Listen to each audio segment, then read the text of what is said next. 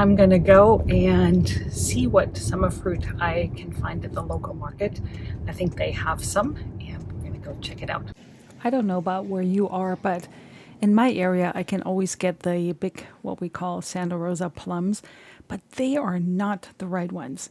These are the ones that I came here for. They are the prunes, and I'm also always loving to find some red currants. I haven't decided what I'm going to do with them, but I get some. And I'm going to get some dried prunes, and I'm going to show you why. I'm so excited about my plums. I think I'm just going to have to snack one right here in the car.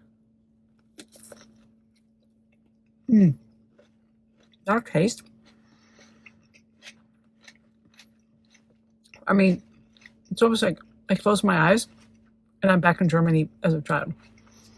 Now I can't wait to actually make plum butter with them. Of course, I'm so excited about the Italian plums or prunes, the European plums, whatever you want to call them, because they're actually not that easy to find. And sometimes I wonder if I like them so much because they're a little bit harder to find. But it looks like I have a reliable source for them. The difference between those are they're smaller, they're more oval, not quite as round. And when they're ripe, you'll see what's going on here. Their pits actually come out really easily. Now, as you can see from earlier, these are not exactly 100% ripe, but they are the best that I could find. And of course, I'm going to get some. And I also did pick through them to find the ripest ones and the best ones. I want to set them out the night before for my plum butter, Pflaumenmus, which is something that I absolutely love. And I'm going to just set them over my stove with some sugar that draws out the moisture from the plums, because that's what we're going to do actually when we're going to cook them for the plum butter. So I'll put a lid on and let that sit overnight. I do have a bit of a shortcut. If you can't find the real prunes, the European prunes, you can also make plum butter with dried prunes. I'm going to leave a link for a recipe below that you can download. And it's actually pretty simple. You just take the dried prunes, the dried plums, and either let them sit overnight with some water or with some boiling water, and then it's going to go a little faster. Make sure you soak them until they're really soft. Make sure you don't have any pits in them. And then essentially you just take your immersion blender and blend them up. I always love to add some spices. I do find that they're sweet enough on their own, which is really what we're doing with the other plums, but I find that they're sweet enough. Here's what they look like. And the immersion blender has a bit of a hard time to get that all going. For the spices, I always love to definitely get some cinnamon, some cloves, and some nutmeg. Here's my cinnamon. Some people also love to add some, this is my nutmeg. You can also add some aniseed. That kind of depends on the spicings that you want. But the traditional, oops, a little kitchen boo-boo here with my nutmeg falling into my plum butter. But yeah, you can just taste as you go, and this is the beauty of it, that it's pretty much ready to go. It's not exactly 100% the same, but sometimes when you have that craving for traditional German Pflaumenmus, plum butter, and you can't get Italian prunes in your area, this is definitely worth a shortcut and absolutely worth trying out. Plus, it cuts down on the time to make it, because essentially you just buy them, soak them in water, puree them or with an immersion blender, and you're good to go. This plum butter will actually last in your refrigerator for about 4 weeks. So I think this is a definite win, and be sure to check out the link for the recipe in the description box below.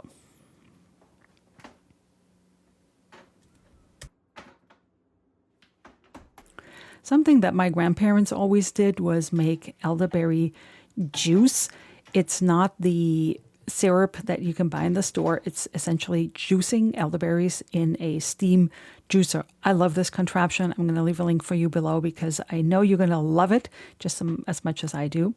And here are my plums that are releasing a lot of the water, which is exactly what we want. And these are the spices that I'm going to add to it. Again, you can always adjust that a little bit to your taste. I can never have enough mason jars, and I do have a bit of a mason jar hoarding issue, maybe challenge, because I do love them, but there are times when I actually go through all of them and use them, and I'd rather have a little bit more, and I need to add a little bit more water because my steam juicer has run out of water, and then you kind of burn the bottom of it. It's a heavy duty pot, but definitely worth checking up on periodically when you are boiling it on the stove. And I have a canning method that is very different from the American canning method. Please do what you feel most comfortable and safest with. I do have another video in which I'm explaining my method, which I'm going to leave the link for also in the description box below. Checking up on my plum butter, I also think about my grandmother a lot because she would make jams and preserves and jellies every summer. And her kitchen was not as comfortable as mine. And I can tell you that for some reason, I always do this when it's really hot out. Not because I'm waiting for it, but somehow I always get those best fruits and best elderberries on days when it's really hot. I don't know. So it's really hot in my kitchen and I am sweating quite a bit, but I'm thinking about my grandmother who did this every year with her entire harvest that they got from their huge garden that I do remember. And she did put quite a number of preserves and canned fruit and whatnot in their basement every winter because that is what they lived from. I'm starting to get some juice. And again, there's a lot of multitasking going on here, which I think is totally normal for anybody who is, I don't know, prepping or making their own. And I always love this idea beforehand. I think there's something so nostalgic and so cozy about homemade jams and preserves and jellies. Sometimes in the moment, I'm wondering why I'm actually doing this. Why am I standing here in a hot kitchen with 2 stove burners going on a day when it's 90 degrees out? But I know that once I have that jam on my table, I don't remember that anymore. This is essentially at least a 2-day process. I know that my grandmother did many, many, many days in her kitchen to deal with the entire harvest. And obviously the harvest doesn't just all happen in 1 week. It happens over a period of time. And in California, it's definitely earlier than what it used to be in Germany during the summer, so which is probably one of the reasons why I experience that so much, that it's so hot in my kitchen. However, anytime you have the stove going for any length of time, it does create a number of heat. I'm pretty happy with the results here of my elderberry juice, and that's probably one of the reasons I enjoy that so much, because it is actually very rewarding. You pick your elderberries, which I do every year, and then you get so much juice that you can drink in the winter. I like to add a little bit of sugar to it sometimes, just a little sweetener, because for canning it, I don't add anything else. And then I make a hot drink, which is very cozy, very warming, but also really good for your immune system. And if you have a cold coming on, you can drink a cup of elderberry juice every day. It also helps you sleep, and it will cut down on the length of your flu or cold that you have. I'm pretty inventive here in my kitchen, but I do remember that my grandmother would do that too. She would make do with what she had. If she had a stool or a chair, and this is a bit of a one-woman show here, I need to be able to tilt my steam juicer and fill the jars. So that's why I propped everything up, and that works beautifully, and it's nothing permanent. I also picked some blackberries recently and have a blackberry jelly that I'm going to show you, which I'm really excited about that, what I'm going to do with that. I'm using a potato masher to mash the blackberries a little bit for them to release their juice, because I've made blackberry jam before, and that's certainly one of the quicker and easier ways to do it. But I do find that the jelly is a little bit more, it's a little nicer because you're not chewing on seeds, and it actually gives it a better taste and flavor. That's why I go through the extra step of sifting out the seeds and the skins and all of that. This is some elderberry juice. I'm pouring a little bit off because I want to make sure that all of my blackberry juice goes in there and doesn't overflow, and then I have a problem. So I poured some out, poured the blackberry juice back in, and realized that I do have room for this extra elderberry juice. And that gives me about 4 cups of elderberry blackberry juice that I'm going to make a jelly with.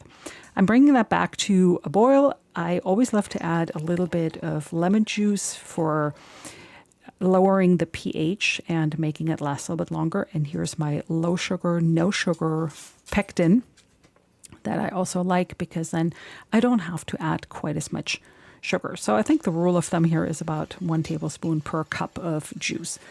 Again, bringing that to a boil, and now I'm actually going to add some sugar. Sugar, again, makes it last longer. It's a preservative, and it also brings out the flavors a little bit because the elderberry juice can be a little tart and earthy on its own, but in combination with the blackberry, so yummy.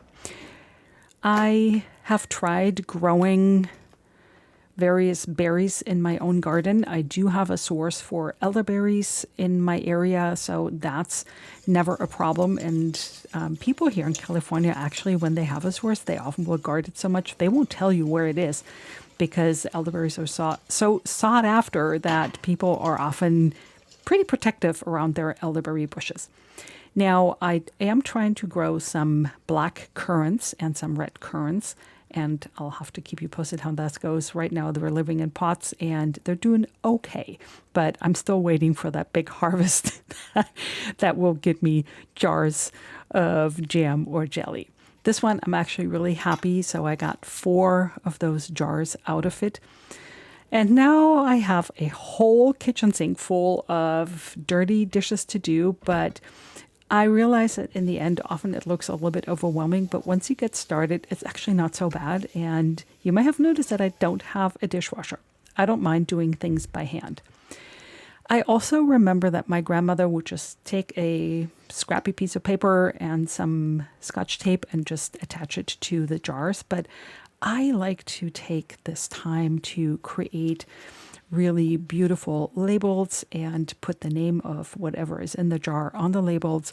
I actually think they're so nice that I'm making them available to you. The link is in the description box below. You can download these labels and add them to your jam jars, so be sure to check that out.